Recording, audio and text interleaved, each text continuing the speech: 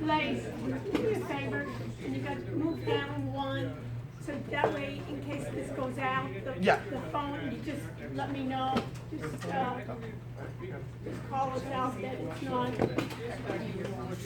broadcasting. Thank you. Let Blaze, let Alex know when you're All right. across the way, if it stops all of a sudden. Thank you.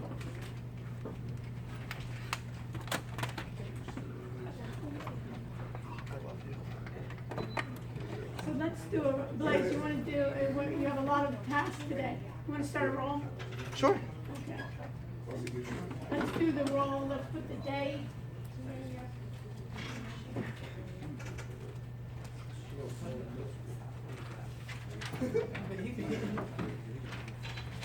Today is Wednesday.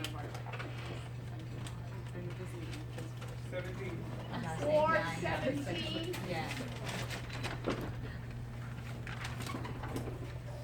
2019. And what we're going to be doing today is we're going to be talking about software acquisition.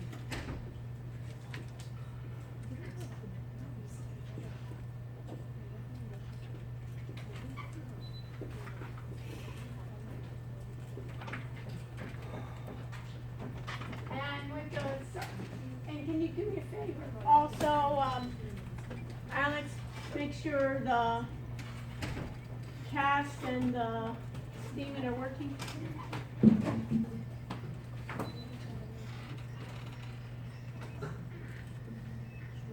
Rachel, how are you doing? Okay? You look like you have an exam coming up or what? No, you're just in there. Okay. Rachel, can you do me a favor? You want to be a volunteer writing on the board? I'll give you a marker and you can see what we're doing. Great. All right. We're starting today. What we're going to do is two parts. We're going to talk about software acquisition. We're also going to be talking about what we call ASP. So write it underneath the software acquisition. Just indent it. Yeah. ASP. Anybody know what ASP is? Okay, so basically name and number, and also put in put website and then put app for both. Okay, we're going to do ASP, application service provider.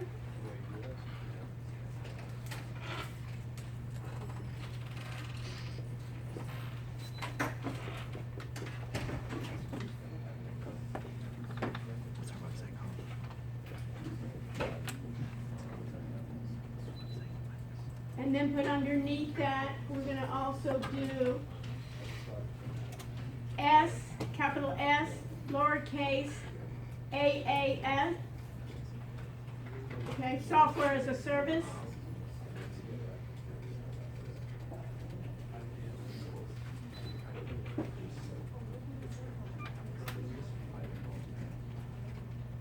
And we'll also put underneath that, we'll talk about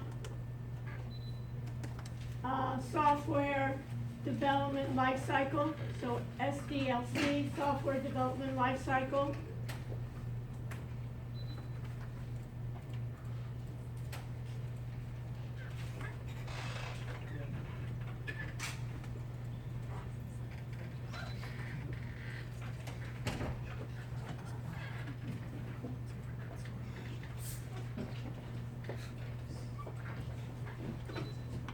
We'll also do, let's put it on the, we'll put it here, you can put it on the very top in the middle there. We're going to do a test review starting today.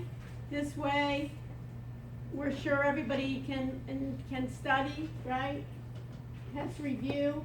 Our exam, you want to put on top of that. When's our exam in this class? May 1st.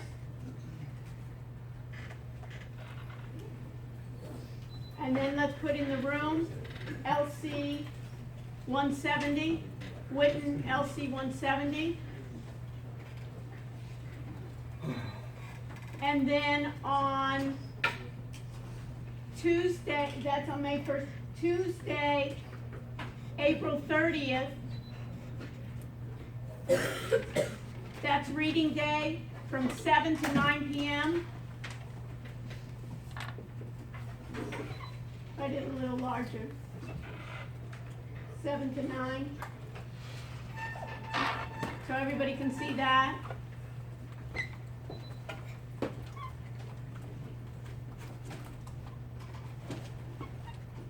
Seven to 9 p.m. It's going to be in LC 170.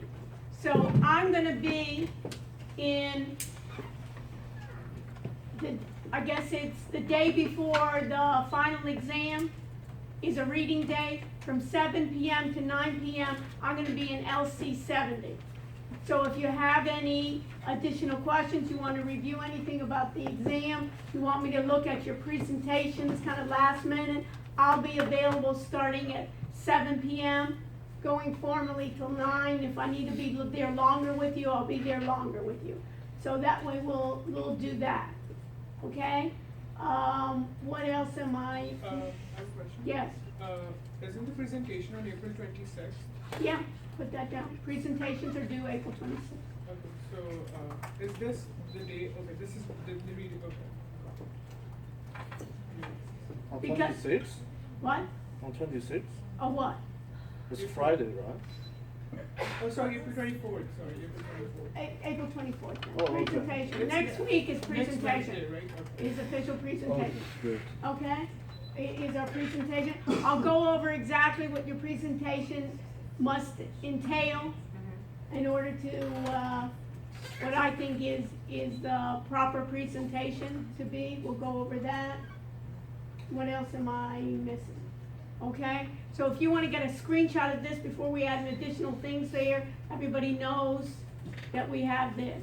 Okay? What else do we need? Anything else? So everybody has a screenshot of this. So we know that you don't want to be, I had some confusions here. You don't want to be that, oh, I didn't know their presentation was next week. We don't need to know, I didn't know when my test was. Oh, let's also put in what the test will include.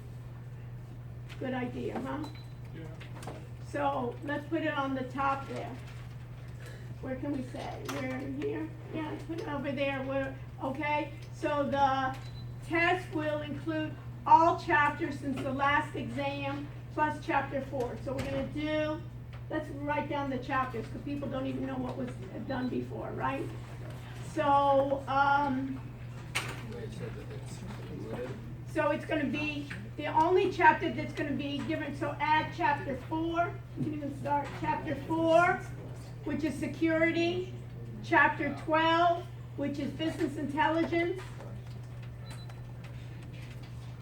TG 3, which is cloud. Tech Guide 4, which is intelligence. Chapter 10, which is ERP. And chapter 13. So it should be 1, 2, 3, 4, 5, 6 chapters. So all of them are new chapters. The only one that I think is really important that we didn't spend, that you need to continue with is the security chapter. Okay? Then we'll talk about, let's do this, the open-ended questions. And in the open-ended questions, it's on the web links. Last time, I didn't give you Blockchain. much credit for the open-ended. The second exam will be more credit for the open-ended. And the web links go all the way down to the web links, all the way down, and it'll start on all the web links that are done on the cloud. So what is cloud computing? Is a possible area, introduction to cloud computing. What are the major vendors in cloud computing? What are they? What are major vendors in cloud computing, if I had to ask somebody? Amazon, right? And Amazon's cloud computing is called what? As Amazon Web Services. Who else is a big player in the cloud? Like Microsoft. Microsoft Azure, right? Google has a cloud. Oracle has a cloud, IBM has a cloud, but the major 2 or 3 are Amazon, Microsoft, and Azure. So types of questions would be, so what you need to do is read about what is the cloud, what is cloud computing, right? Questions like that. You can see up here, Amazon Web Services. You can see here advantages. You don't have to write all of that down, but you can see up here on the boards here, Amazon Web Services and advantages. What is server provisioning? So we got to figure that out. So, thank you. I think we're set, right? So the major, everybody knows the major chapters are what? 4, basically 4, 10, 13, 4, 10, 12, 13, TG3 and TG4, right? And open-ended questions will be on starting with, you can put it in your notes there, maybe even you can put it here, the link starting with cloud computing all the way down to the end.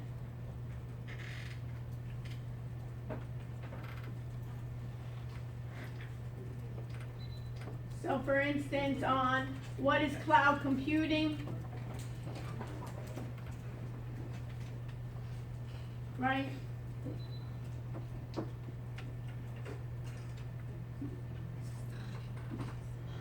Right, so in terms of cloud computing, it's what? One of the key things about cloud computing, you don't need to stand there anymore. Thank you so much. Great, so I appreciate your good work.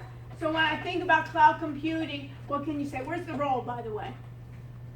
Who has it? So let's move it around, okay? So what can we say?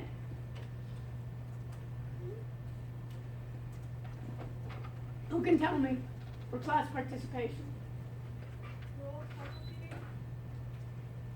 companies that don't have to spend time and resources on storing all the information On their what? You're on a roll. hardware. On their hardware. On their what? On their hardware, right? They don't have to do it on premise, Yeah. but rather they're doing it what? On demand. Beautiful. So basically cloud computing is, the note here is on demand. And what does on demand mean? On demand is scalable. What does scalable mean?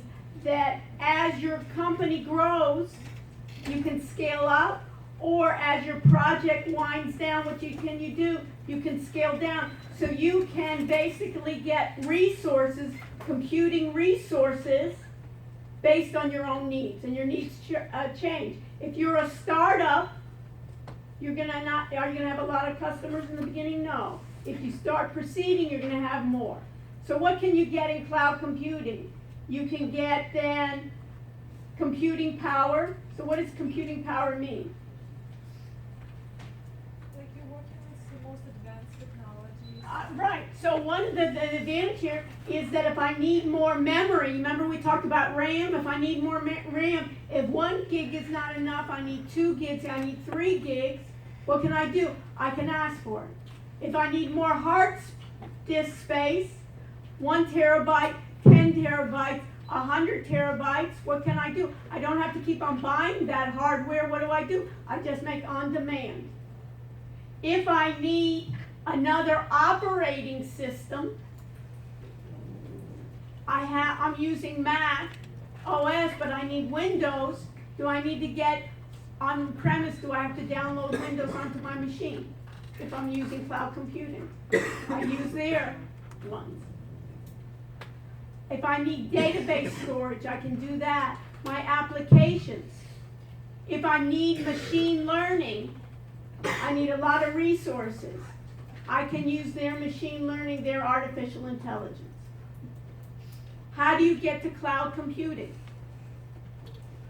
We know this lab right here is on-premise or on the cloud. On-premise. We're on premises. We're on the premise of this lab. So the idea when we need to upgrade all of these computers, We need an IT staff to come in, take this hardware away. We need an IT staff to upload all the latest software. That's like a Ninja Trader. Ninja Trader was done that. Now, if Ninja Trader, what we could do is we could host that in the cloud and get services maybe from Amazon or Microsoft and say, why don't you host my Ninja Trader? And then what would you do? You could take your Mac, you could take whatever device you had anywhere in the world, and what? How would you get to Ninja Trader at that point? You just log into their, Via what? really, Via what? via the software that we Via what? Internet. Internet. Yeah. Beautiful. So you can put that in your notes that cloud computing, the difference on premises is how do I access the cloud? What is the cloud? It's just other people's computer that you're using. And how do you get access to it? Through the internet, through a web browser. So when they say in that, let's go back, this is good, right? So we're doing a review already for open-ended questions. So if I go back, everybody with me? Go to the links in our regular section. Everybody in the links? Go to your links in the regular section, you can see it. So one of the common questions, so Evelina, you answered already what? What is cloud computing? The idea of on-demand, right? And it's not just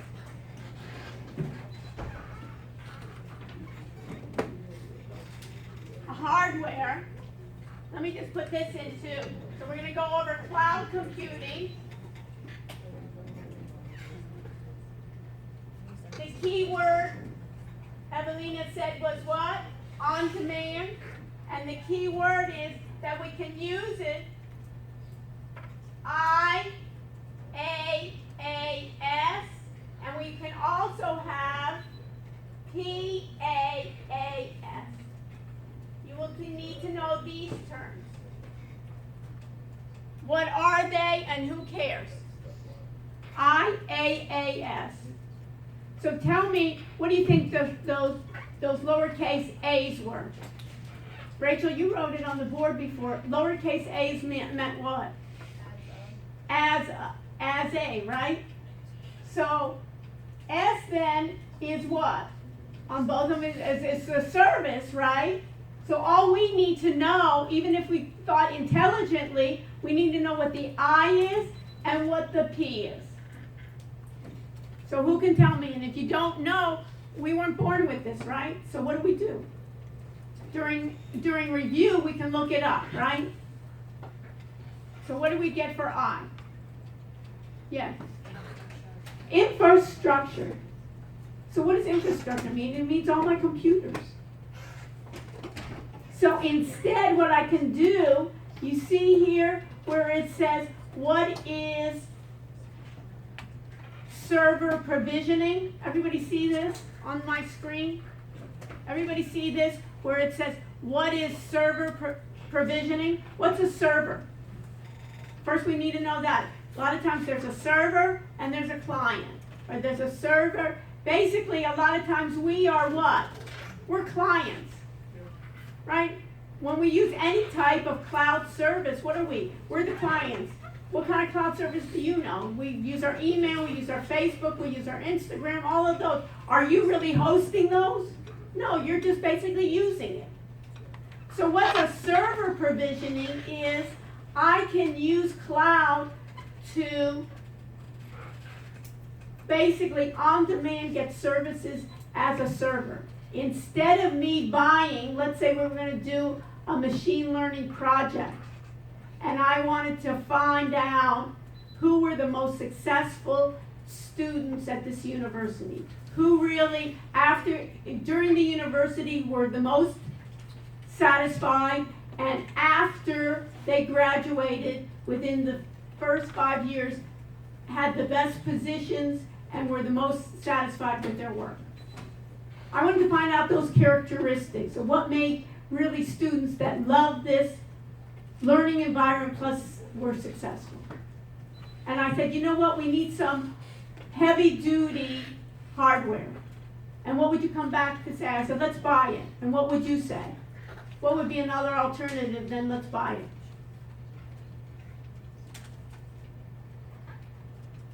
Get access to the same thing on cloud. Yeah, instead of buying it, you say, well, how long is the project? I say, well, let's do the project for 6 months. What are we gonna do with the hardware after we finish? Is it gonna be worth less? That hardware, yes. Am I gonna use it again? Maybe not. Do I have space even to hold it? So in this case, server provisioning means setting up the servers remotely. Setting up the servers in the cloud in someone else's facilities, and I just gain access to it. But it's I get on demand, I get my computers. Everybody with me? So that is what is cloud computing.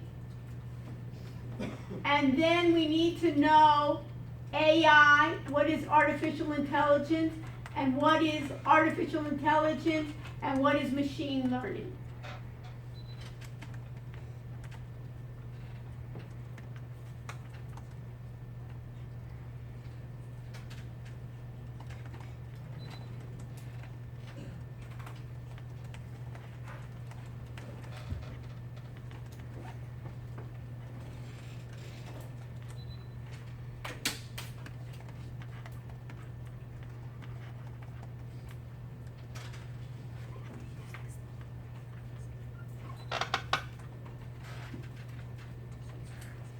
So basically, what is machine learning?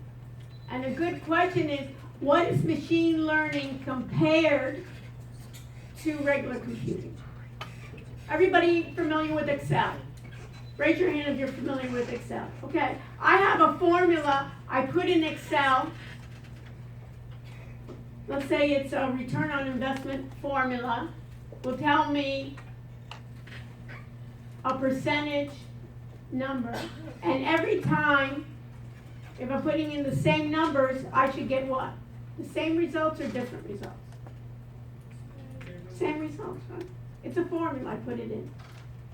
What's the difference between that and machine learning? Does it calculate quickly? Yes. Can I use large numbers? Yes. Can I use a lot of records? Yes. In regular computing. So a good question to you is, what's the difference between machine learning and regular computing?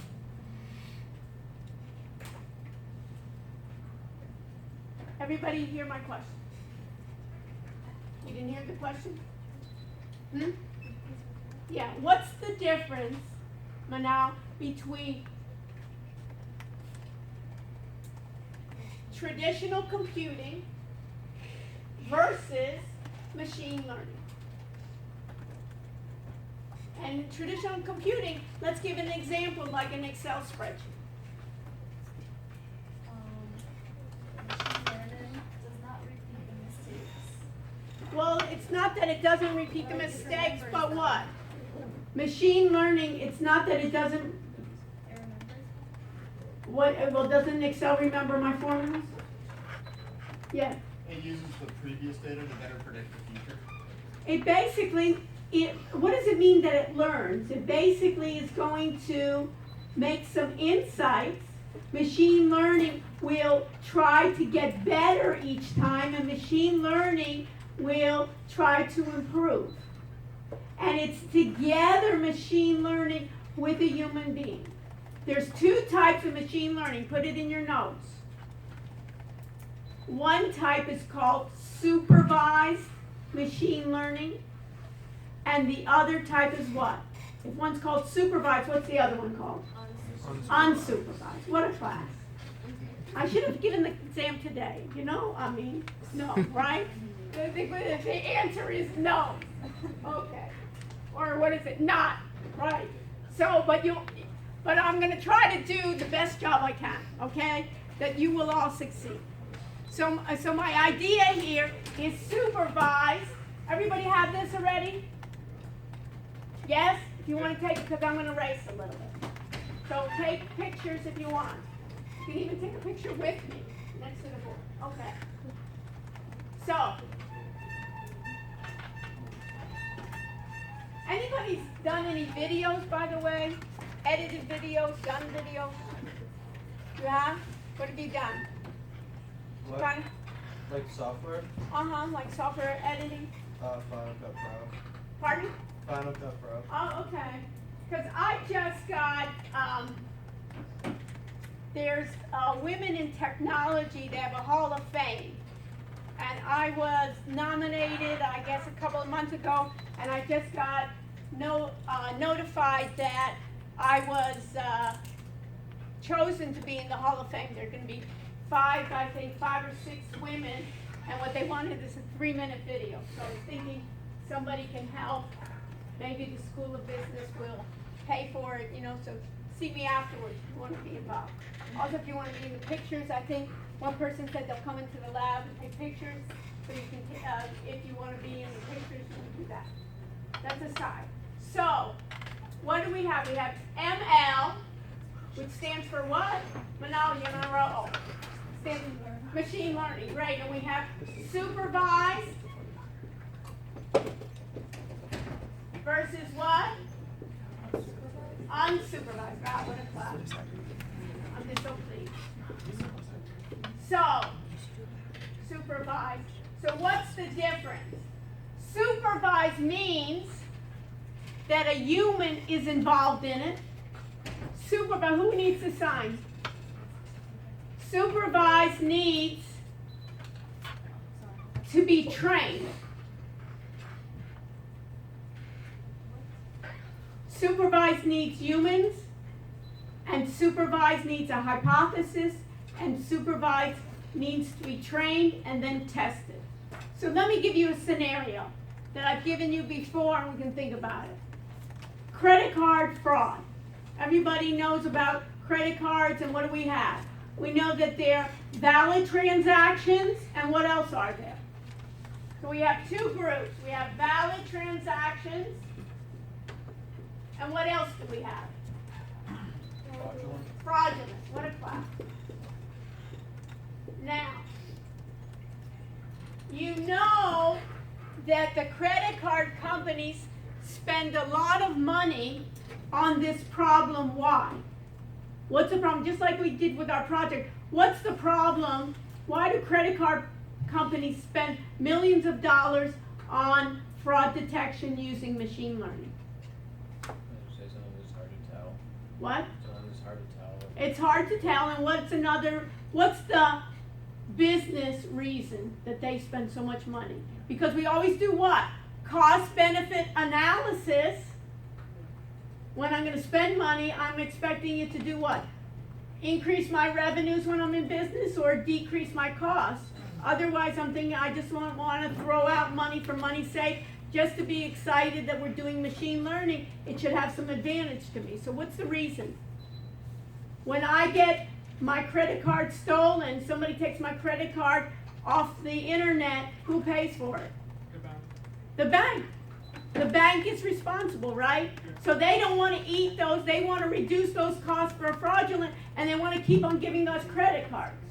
So, what will we do then in a supervised position? What we want to do, and put this in your notes, is we want the computer to scan and look for patterns Inferences. and see With a supervisor or a supervised. So what I'm saying is I'm going to test the computer, I'm going to give it records, and I'm going to say, listen, before I even test it, I'm going to give records, and let's say I have 1 million records here. Right? Each record is a transaction, right? These all are valid, these are fraudulent. And then what I'm going to do is, based on these transactions in the beginning, I'm going to say, what are some of the attributes? It may be, this is my customer limit, this is the age of my customer, this is where this transaction was bought, this is the type of item they bought. I'm going to give attributes. I'm going to give field descriptions. And I'm going to give a weight for every attribute. So maybe over 10,000, I'm going to give a higher weight.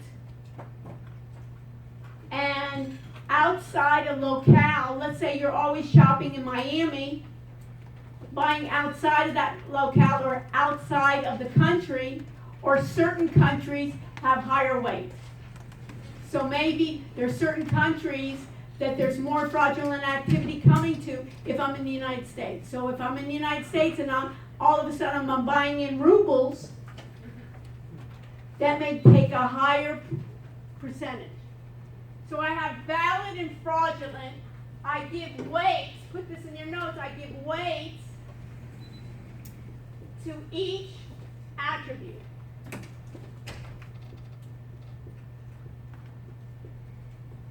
Sorry. And I try to train, put this in, I try to train the computer to look at the valid ones and the fraudulent ones and pick out what are the attributes from one versus the other.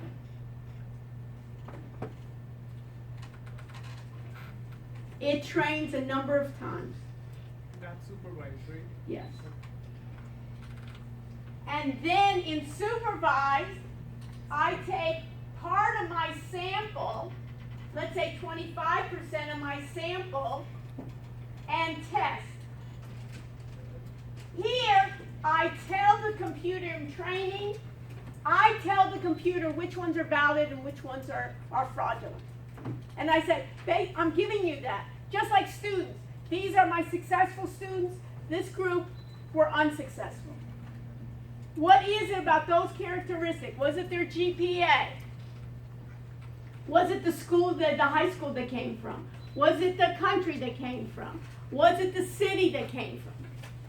Was it their major?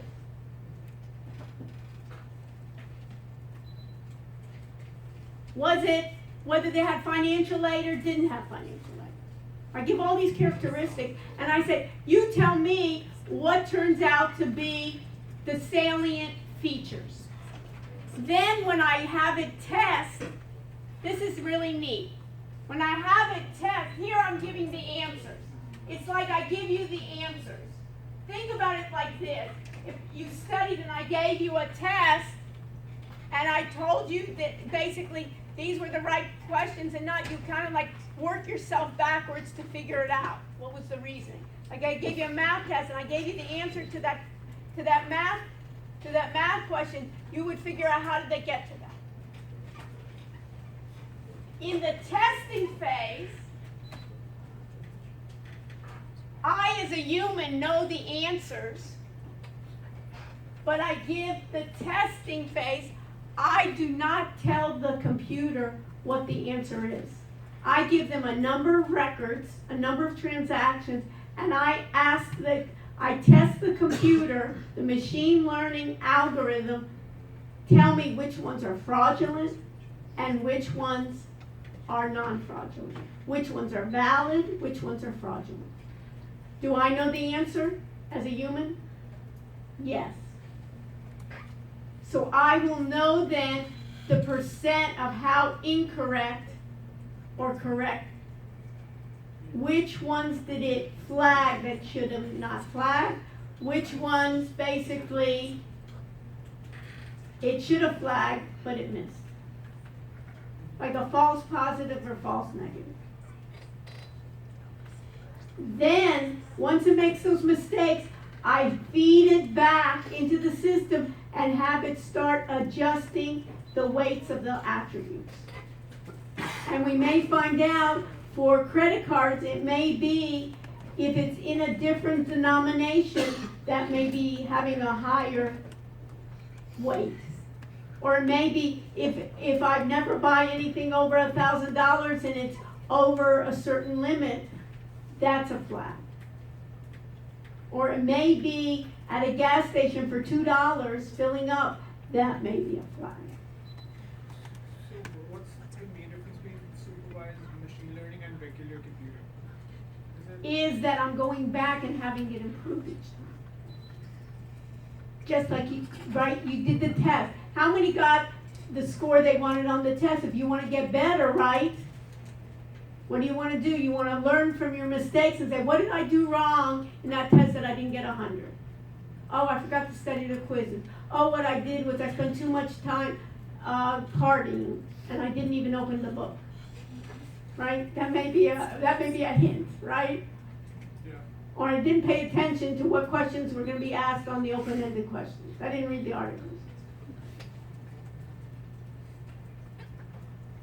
So you could kind of figure it out. The same way when you're trying to learn versus regular computing, you had a formula, it will keep on producing the formula. It will not say, how can I get better in predicting tomorrow? Unsupervised machine learning is I don't give it a hypothesis, I give it data and say, you computer find me patterns that I did not know about. So it may be I gave my students, I'll give them a headshot of my students, I'll give them, let's say, 10,000 student records with their salaries, with their GPAs, with their successes and say, you find me what's unique here. I don't know. Unsupervised, you come up with a hypothesis. Of course, I have to give it data and then it will try, and then we'll go back and then I need to have in machine learning and think about it, everything's going to be changing in the future. You're going to have computer science, but you're going to have also people that know the industry. So it may be I need to have then the college counselors involved. I may need to have then the employers involved, saying what type of students really were successful. I may even have to interview the students and say, you know what really was useful for me after I finished the class was they helped me, I had a mentor. The classes were useless, but my mentor was really great. Who knows?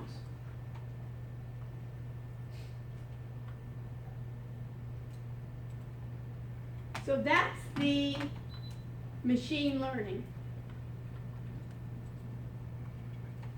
This is RapidMinder is just a tool that you can use. I'm not going to test you on this one, so you can put in your notes here that I'm not testing you on the RapidMinder. But then here, the next one says the difference between AI, ML, which is machine learning, and what's DL? Any idea? Look up here. Deep learning. So, this is a question that we'll talk about. We know the future is in AI. Anybody that's ever used Siri or any of Alexa, any of our automated machines will know IoT this is at present and this is going to be more in the future. So AI here really is artificial intelligence. It means to getting the computer to mimic human behavior in some way. Versus traditional computing is just computing, it's not trying to mimic human behavior. And machine learning is a subset of AI. It consists of the techniques that enable the computer to figure things out from the data and deliver AI applications. And deep learning then is a subset of machine learning that enables computers to solve more complex problems. So Google bought a number of companies just to do machine and deep learning.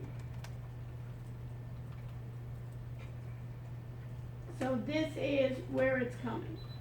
So here's a description that this is a good article to read, that artificial intelligence started way back in the 50s, but why did it blossom now? What was the impetus? This is a great test question. What was the impetus of having AI, machine learning, and deep learning be successful now and it wasn't, let's say, 10 years ago? What type of technology makes that happen? Much more that everyone or many people in different levels can use machine learning. You can use machine learning today. There are models that you can use machine learning. You don't have to have the hardware. You don't have to have the software. You don't have to have the models. You don't even have to have the data scientists. What is that technology? Or what is that? Cloud computing. Because we have cloud computing, where's the machine learning software residing? On the cloud. On the cloud. If I have millions of records, I can get data. I don't have to worry about what? Database storage. I don't have to worry about computing. I have that available to me.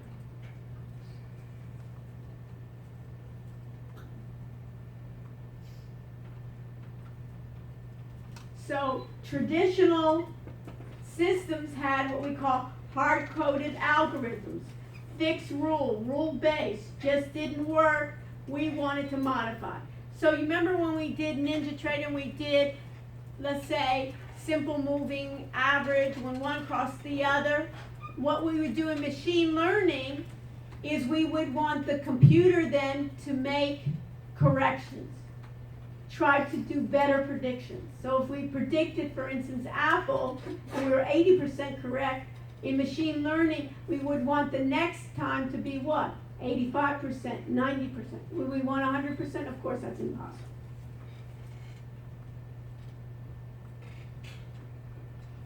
So the idea of machine learning is feed an algorithm, as opposed to your brain, a lot of data and let it figure out things out.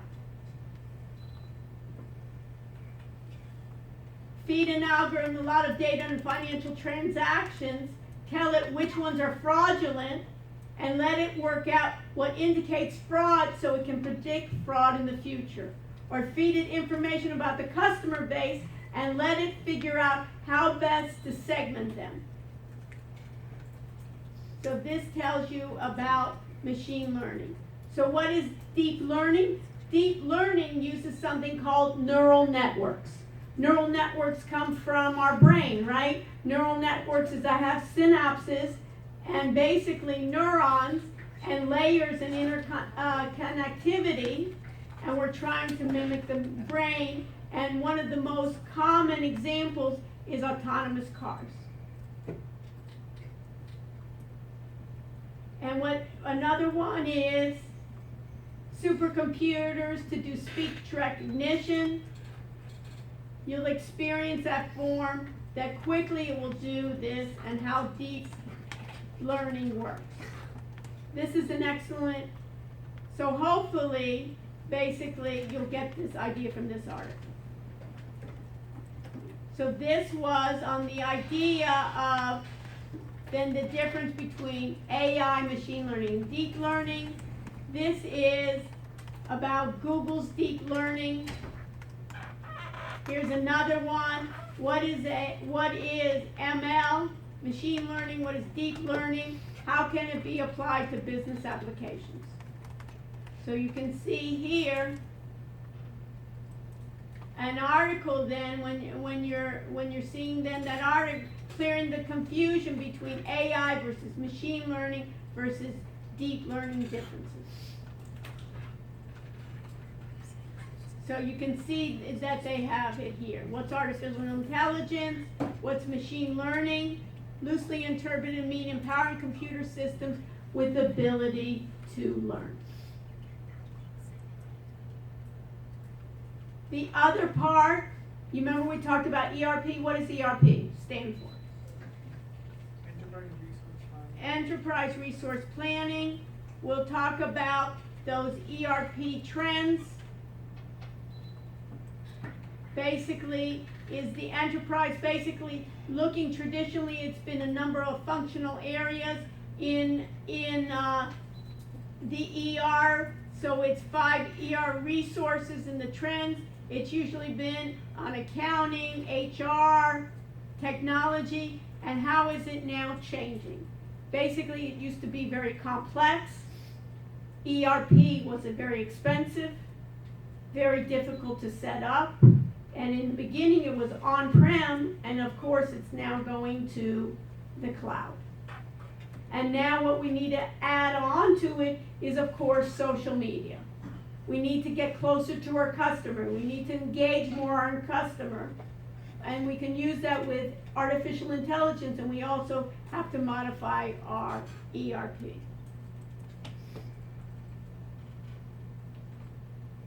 Here is beyond the ERP. And if I look at beyond here, that ERP, and here's the executive summary, is that we gotta find ways that are hybrid, ways that I can do on the cloud, ways that I can focus on the business value, what it will generate.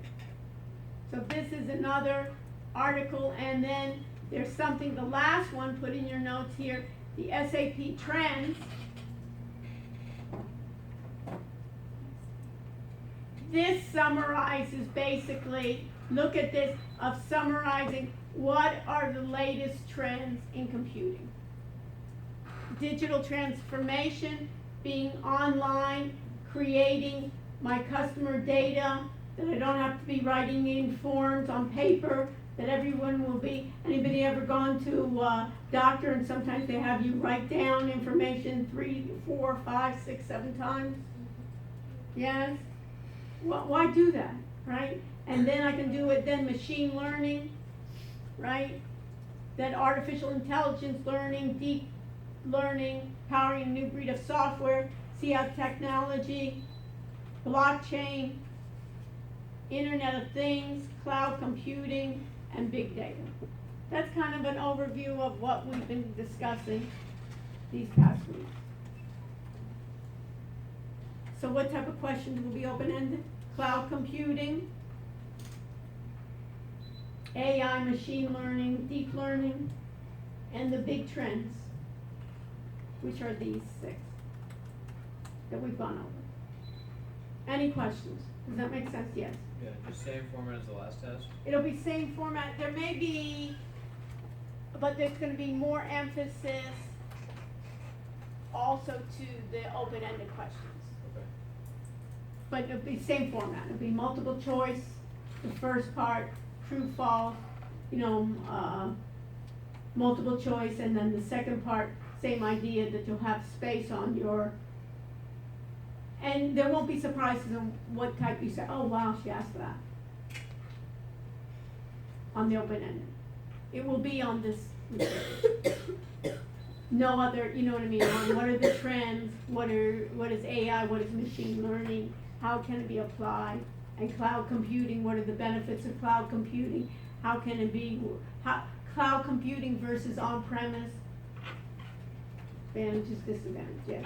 So by that do you mean more open-ended questions? Or It may be one more open-ended question, and it may be more weight. the same by multiple choice? How many multiple choice? 70? 70, 80. We'll have enough time. There won't be a problem that we won't have. What's our time? Did we put the time? Did we put the time up here, Rachel? No. Everybody knows the time. Make sure you take another picture. Where is the exam? May 1st. Let's put the time because people will hang out at 8 o'clock in the morning. They're just waiting in anticipation, right? They're going to get so excited. I don't know what time it is. I've had those times where, those bad dreams where you miss the exam. I've had those. You know what I mean? Haven't you? And you know what I mean? It's like.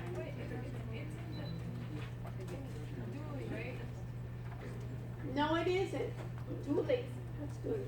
It is an LC. Put this in your notes. It is not in Memorial. It is in the Learning Center, Witten Learning Center, room 170.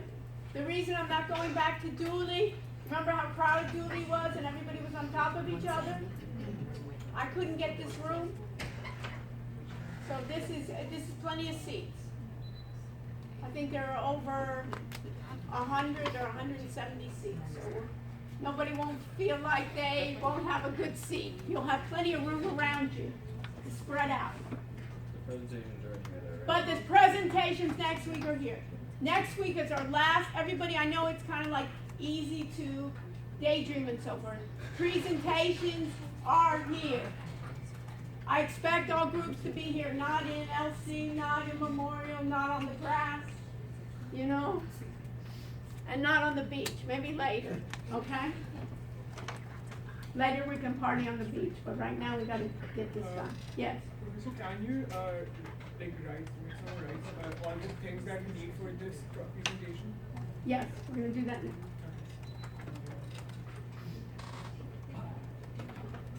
I'm here to answer all your questions. So everybody's set on that. Let me just finish up this.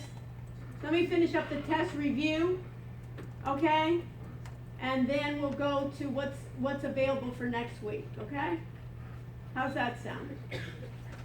Okay, so let me go back. Go to Blackboard, please. Everybody go to Blackboard and go to the regular section. Go to course documents.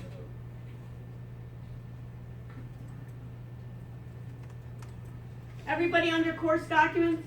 Blaze, you're under course documents? Check your neighbor and see if they're under course documents.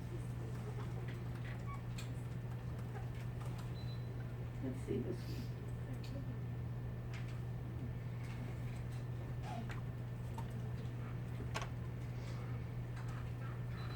one. Okay. Everybody see the second one? What does it say on your course documents? What's the second one say? Review exam. Review exam, that's a good one, right? So you have that review exam.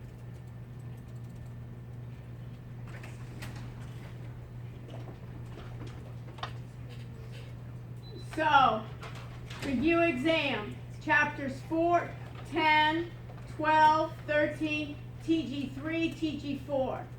TG3 talks about infrastructure, talks about the cloud, mobile, the enterprise. What is the enterprise? Any business. What? Any business, basic organization. LAN, what's a LAN? A local area network. If I put all these computers together, are they on premise? Yes. Are they all local to this network? And I put a printer right here, connected. That's a local area network. I'm connecting a number of my clients together on a network and I can print. Client, this should be kind of looking at a client / server.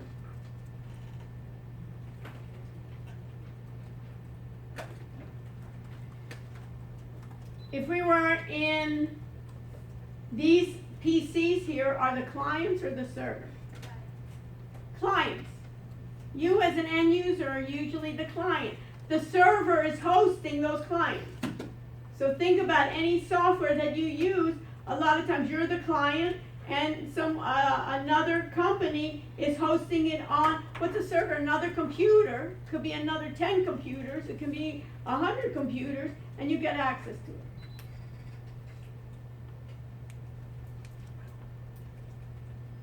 You log on to Amazon, right? Amazon has servers, and you're the client. Either it's the AWS or even when you use their service.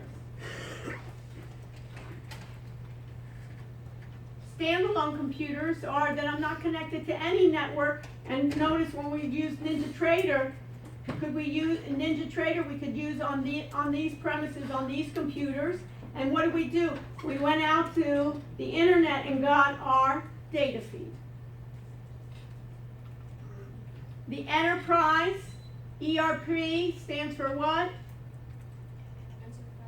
Enterprise Resource Planning. That means all the functional areas of a company, from accounting to marketing to operations to human resources,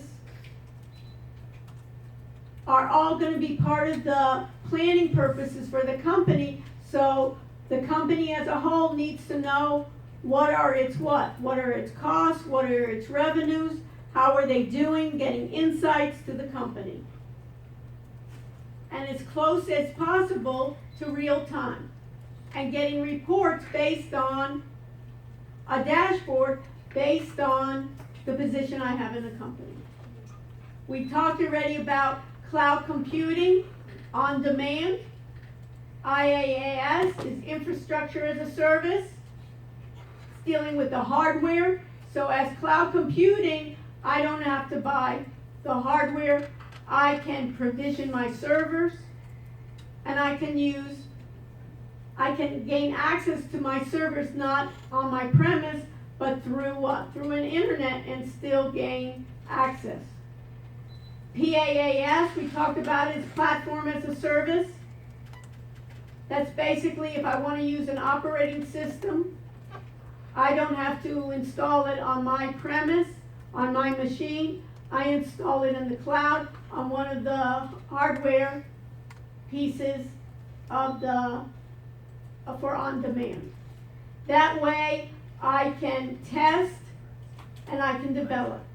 And software as a service, the software vendor manages the software, and that would be really great because then I wouldn't have to call IT to download Ninja 7, Ninja 8, and when Ninja 10 comes in, what would it be? The software vendor would take care of that. What's HTML? Hypertext markup language. So it's the tags that does, you can put that in, the tags that do the presentation for the internet, for websites. XML is extensible markup language, and instead that's a tag language not on presentation, but rather on explaining my data.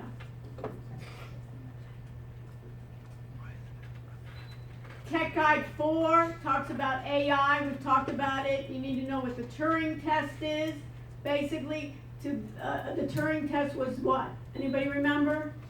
That you were able to differentiate what? A computer versus what? Computer versus human. Yeah, computer versus a human being. Where's the role? Who has the role? Role disappeared. Okay, can you bring that up for me? Yeah. Anyone else not signed in? Going once, going twice, sold to me. Okay.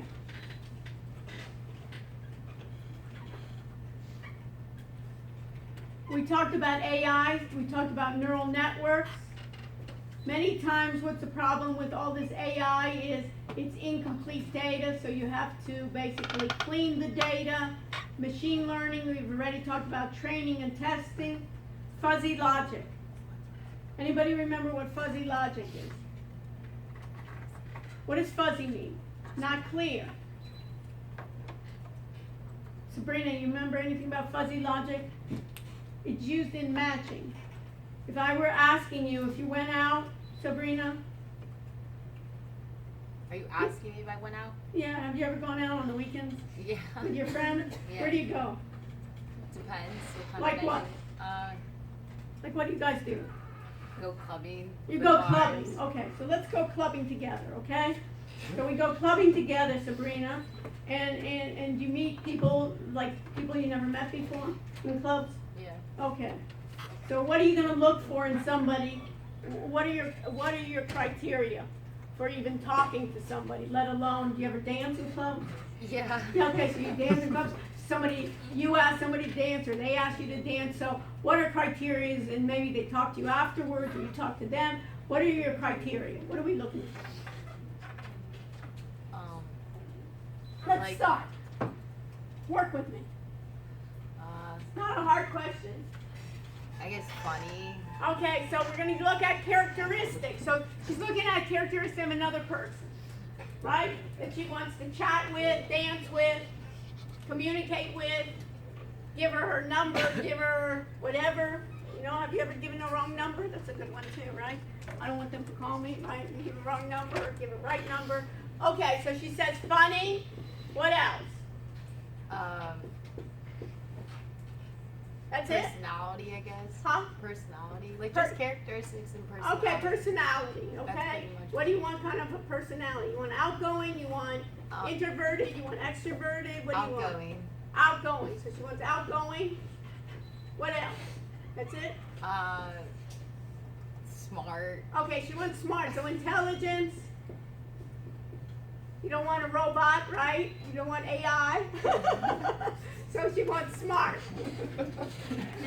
Sometimes some of those guys, maybe you would want a robot would be better. Okay, that way you know you can program, they can learn, right? Some of these people they can't learn, right? They keep on telling you. Okay, what else?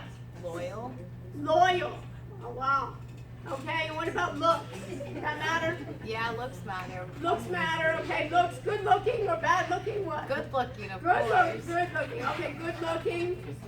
Have you ever seen that? If you there's a song. Go to YouTube later. If you want to marry, never marry a good-looking woman, right, or something. I don't know. Did you know that? Okay, it's kind of it's a sexy song. Marry, sort of like you're supposed to marry an ugly woman, but then she can cook or something like that. That used to be. Okay, loyal, good-looking. What else? And now how about tall, short? Tall. Tall. Okay. Tall. Now, if we were going to put this into a model, you're on a roll. Okay, if we were going to put this into a model, a computer model, and do some matching here, the computer, what would be the problem here? What's funny? What's good looking? Right? What's tall? Tall, let's say, in Miami may be different than what's tall in Minnesota. Tall in Italy may be different than what's tall in Norway. Okay. Right? Intelligent, smart, maybe for some people, maybe they know how to write their signature for that credit card, right? Or it may be that they got, 1,600 on the SATs, or smart may be that they've succeeded in something else. So you see, all of that is fuzzy. Okay. Have you ever had like those dryers where you say, I want 60 minutes, or I want it when it's dry? Oh, okay. Oh, okay. That's great. So it's just basically, so that's kind of like fuzzy, where it has, the machine then, its fuzzy logic has to kind of figure out what is dry. And then we got to figure out based on, it's almost like with machine learning and AI, figure out for you what is funny. That's going to be harder than what is tall. Because if I figure out, let's say you're 5'6", tall probably is going to be at least maybe more than 5'6", And then you can put like limits, and I don't want, Andre the Giant or something. 7 foot is like too tall. They're like clubs there, for people over 6'5", they meet, together. Women that are over 6 feet, they can meet together or whatever with other people. Okay, so all of that is fuzzy logic. So rather than telling the computer, you figure out kind of those areas in which what is too loud. If I have like a group, right, that I don't want, it could be decibels, but it may be switching between the audience, right? When you go to some concerts, too loud, it depends also where you stand, but also the type of genre of the music. Make sense? Yes. Easy, okay? So that's fuzzy logic, and a lot of times those search engines use those fuzzy logic as well. We did about applications as a service. Basically, when we deal with applications as a service, put this in your notes, ASPs, application as a service, is older technology than software as a service. Applications as a service could be something like a NinjaTrader vendor would take care of their software and they would download it to your hardware rather than you going to the internet and gaining access to it. Can you repeat that? Yeah. Applications as a service is an older technology than software as a service. Applications as a service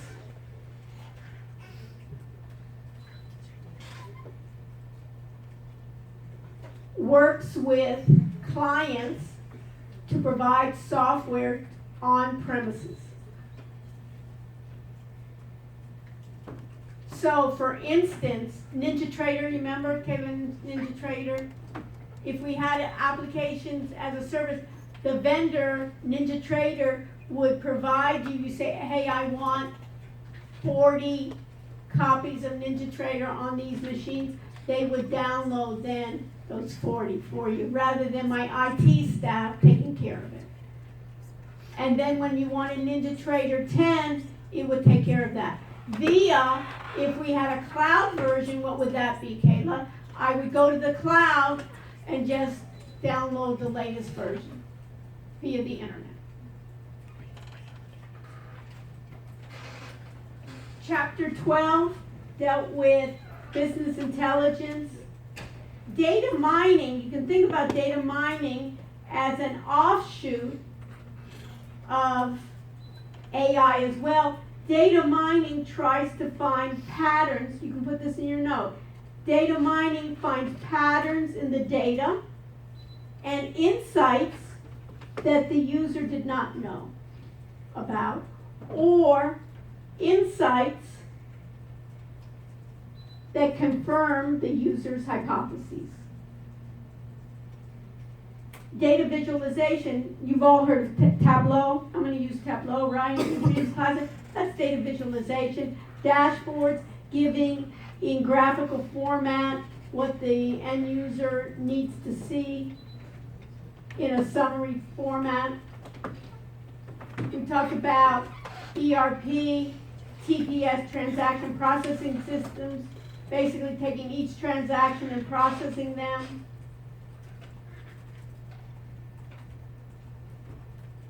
We want them to be, of course, accurate, secure, supporting my operations. Exception reporting, we've talked about that already. Give me those exceptions to my data. Give me, for instance, if it was a database, an exception reporting for my grades. Give me my very, very top students, the ones that got 101 or 105. And exception reporting, tell me those students that are really struggling here. So my very best students, why is that important? Maybe I should reward them, or maybe they can help others. Those students that didn't do well, maybe we can find some resources for them, or maybe we can say, you know, maybe this course is not for you. Security, talking about phishing with a P, and balance between security versus operations. And what I mean by operations is sometimes things are so secure that I can't do work. I have to go through so many security questions, answers, I have to remember my passwords, that it's so secure that I can't actually do my work.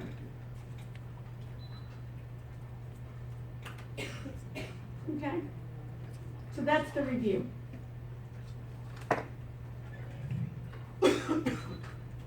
Questions? So let's go back.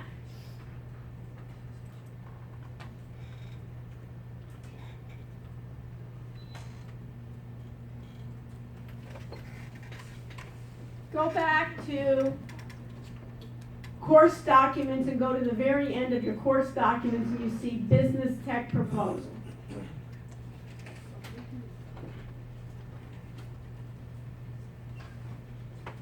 You can take a picture of this right there on the very end right here. This is basically what your presentation and what your project should entail. We're going to be doing the presentations next week in this room. Everybody remember, this room next week. Hope to see you all. And I will be listening to you all evening. And giving you, you know that I cannot shut up, right? So I will be in everybody's group giving you feedback.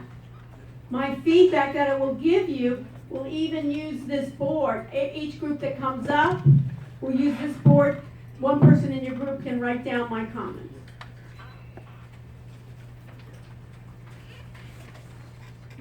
Everything needs to be for next week uploaded to your audit area.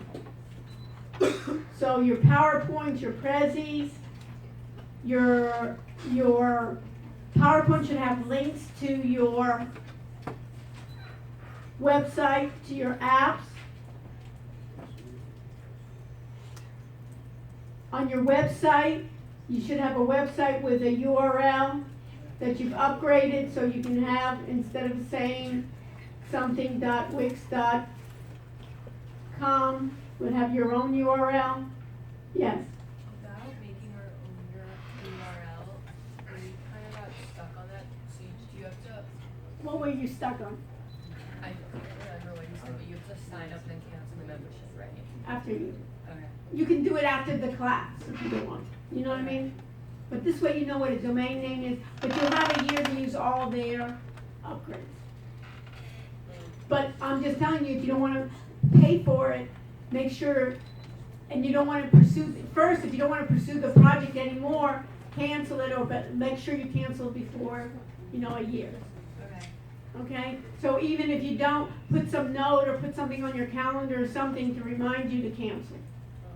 Yes, On the presentation, do we need to take screenshots of our apps pages as you go through it? How do you go? you decide, Okay. you decide, you can do screenshots of it, you can show it, the more that you show, the better it is. But let's keep it, what I want on this one is, you can go through it as we're talking about the idea of what is your business idea, what's the problem you're trying to oppose, what's available now, what's your solution, who are your competitive, of course you have to include what's your revenue model. And the revenue model, some of you were trying to make up like numbers, like first year I'm gonna make $1 million, next year it's gonna be 2 million and 3 million, rather than making up silly numbers. I'd rather you talk about how am I going to, what's the business model and how am I gonna sustain that? How am I gonna get resources? Other than just investors, I'm gonna get it from customers. What kind of customers? You wanna get some kind of base. Usually you just don't wanna have, usually in this model that we're doing, we have to have some kind of freemium version, right? Something has to be, that we can get a number of subscribers, and then maybe what we'll do is we'll have an upgraded version that somebody's willing to pay for, or we'll have, in this case, advertisers. What, if you're gonna do an advertising model, who would be the greatest advertisers that it would make sense that would wanna support your site? You can give examples of who you would want. I'd rather you talk about in concept rather than trying to make up numbers that it's $1 million and next year it's gonna be 3 million, and then I'm gonna have so much money I don't know where to put it all. Okay. Your team members, not only in the first page will be everybody who's in your group, but then I want a slide that wasn't in your website or your app, is not only what was the role of each team member, but rather what did each team member do? Their actual contribution, rather than saying, this was my marketing director here. Well, we're not marketing anything, you know what I mean? But rather, and in general, my purpose for this part will be, this person didn't really do anything for the group. Yes, I believe. So basically, since we're already gonna have an app, do we have to do screenshots of an app and do it in presentation, or is it gonna be separately? We're not showing it together the presentation. We're just presenting the slide. That's it. No, I want to see your website. So you'll have inside we may not have time to go through every part of your website. I want to see it, and if you can, I'd like to see your app. The more I can see your app, the best. Okay, and then there's one more thing that I want to add before everybody leaves. I'd like you to make within your business, you know, in your audit area. Sabrina, you don't mind me taking off your funny and all No. your personal characters? If I find somebody like that, you know what I mean? But you know what? My funny is probably different than your funny, right? I like your funny. Not everybody. I like my funny too, but a lot of times I'm the only one laughing at my funny. Okay, but that's good. But that's all right, but I enjoy it so much. Okay, so my funny is that what I'd like you to do is also have a folder of apps. Have that within your group project and say, remember how we did screencasting? And we kind of get the name of the app, the pros and the cons. Do the same thing here. So do the app. So if I use like AppyPie or whatever I use, put, you know, how did you get to it, maybe the URL, and then shortly just put pros, cons, you know. On Blackboard? On Blackboard, make a separate, underneath your business proposal, do a separate one for app, because that's part of your work there, right? Evelina, did you do the app? Somebody who did the app in your group, or they haven't done it yet? Oh, we're doing it together. Okay, you're doing it, so you should get credit for that too, you know, because that was, how did I find the app, what do we do? And if you reviewed a couple of different apps, you may put those in too, like, you know, AppyPie, what is it, Fire Builder or whatever, or Fluid UI or whatever, you can put those in and do pros and cons. Just like you did like for screencasting, do it as well. So you can get credit for it. Plus what's nice is try to do that early because people are still kind of trying to figure out when I'm hearing them, what should I use for an application. What's available now in our competitors? Is that the same thing? What's available now, meaning it's not necessarily being your competitors, because what's available now, my competitors could be, they're similar but not necessarily the same. Okay. Okay? Because what's my competitor may be, they're similar but not the same. What's available now is what people are doing is they're going down, you know, and they're writing on paper, you know, a survey. But they are similar. And then have a section of what are my next steps. Of course, this is a prototype. So we're taking this project, where are our next steps? And our next steps, when you think about it, you can even think about it in software development. Anybody, if the last chapter that I assigned to you was on software acquisition, and basically what software acquisition is, should I buy something off the shelf? Should I get a programmer? Should I then take APIs and combine them into my program? So put this in your notes. API. We talked about it before. What is it? API. API. What is it? Application Programming Interface. So let's say we had something on what's happening in the Miami club scene. Do we just have English speakers in Miami?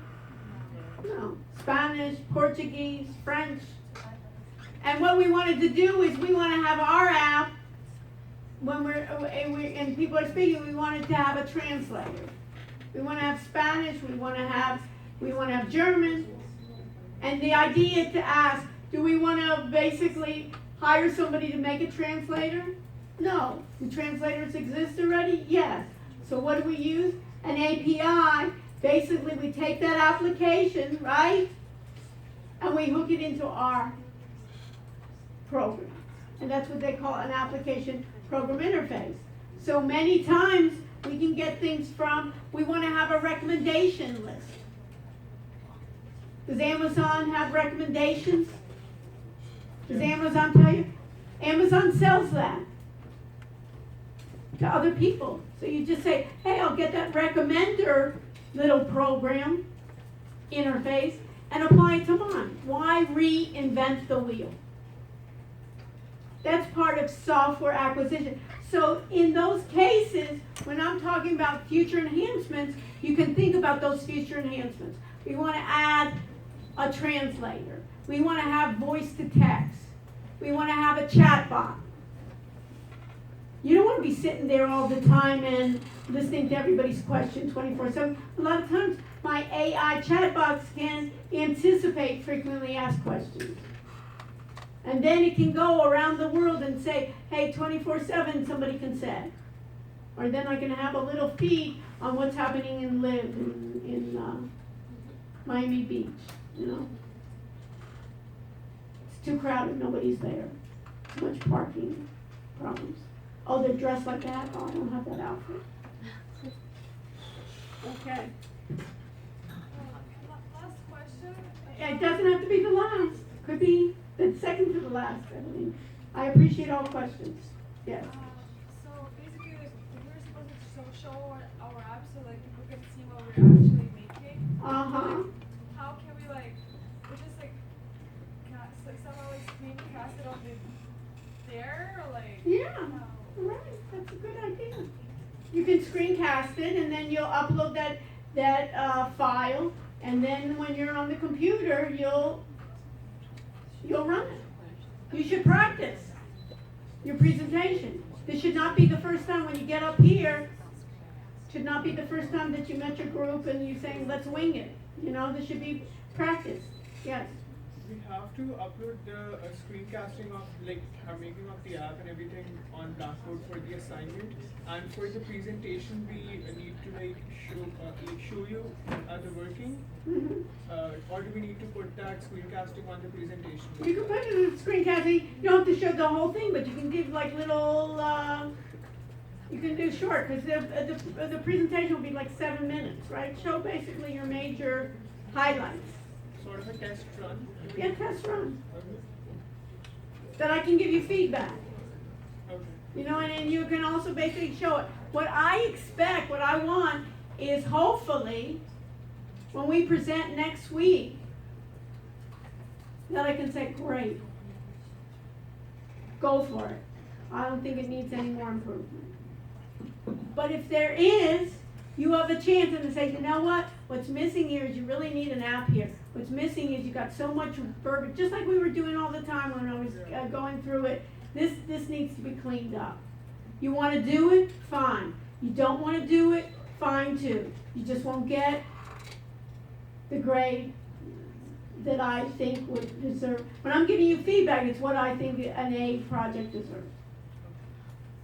Yes, Do I have to wear a suit and tie or just casual? I didn't hear you. Do I have to wear a suit and tie or just No. We're tech. Have you ever seen people in tech? Multi-billionaires. Hoodies are fine. Just that you wear some clothes. You know what I mean? But just like you wear here. No suit and ties. I don't need to. You're not. You know what? You're impressing me by your work.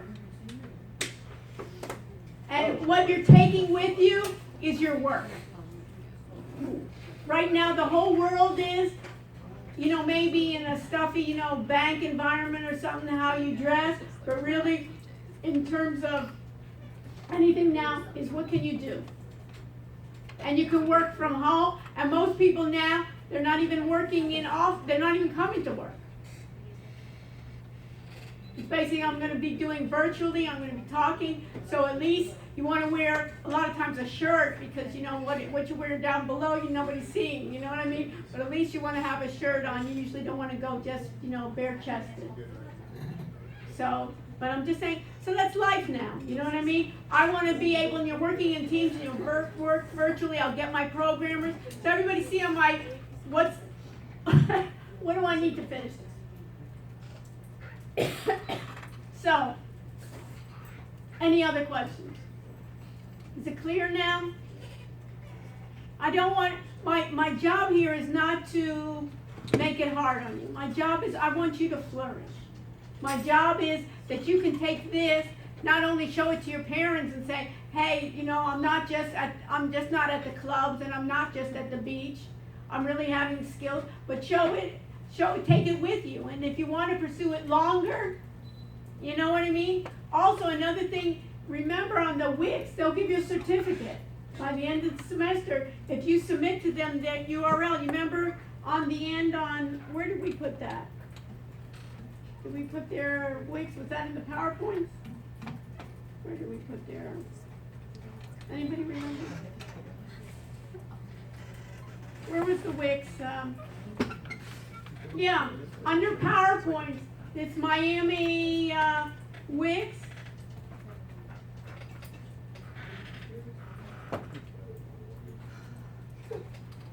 Right, at the very end,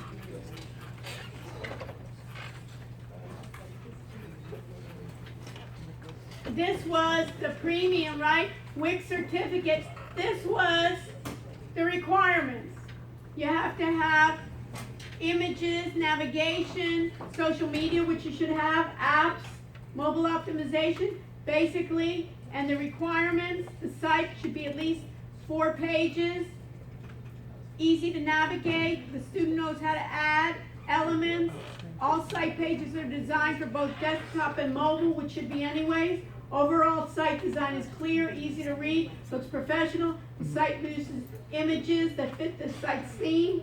The site has social media links that are properly connected. And you get a certificate. I say, get a certificate.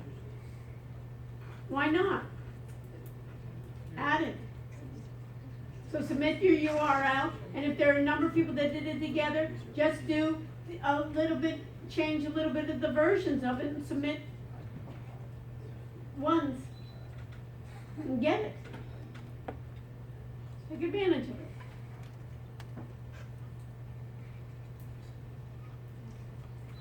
It's more than anyone else, you know, it's more than what you came in with. Okay, and it'll have your name. What do you say, God? You know, WIC certificate of design. At the start. What else? So what I'm going to do next is I'll meet with individual groups. You want me to see something? I will be happy. And you know that I'm not shy in giving you feedback when I think it's great. I tell you. Honest feedback that we can get. So where are we meeting next week? Here. And the day before, right? We meet where? LC 170. I'll answer any questions you have, last minute questions about the exam. About your, you know, we've done already project, if you want me to see your project again, you know, we'll do that. And it's from 7 to 9 in LC 170. And this way you can find the room before the exam. You say, well, I'm not sure where LC 170 is. It's good even to stop by and say, hey, I know where the room is. Pick out a good seat for the exam. You'll have plenty of room. And time, those people that need more time and wanted to do their testing somewhere else, but just do it all together and you'll have enough time. And that way you can ask me questions. You can come up, you know, for it. And it's the same, this will be easy. The format will be easy. You need to bring also number 2 pencils. You need to bring your picture ID. There will be no additional materials with you. What else? Anything else? All right. So I'm looking forward to be a participant in everybody's group next week to make your project the best it can be. Stay with me if you have questions. Thank you. Bye. Let me just stop recording.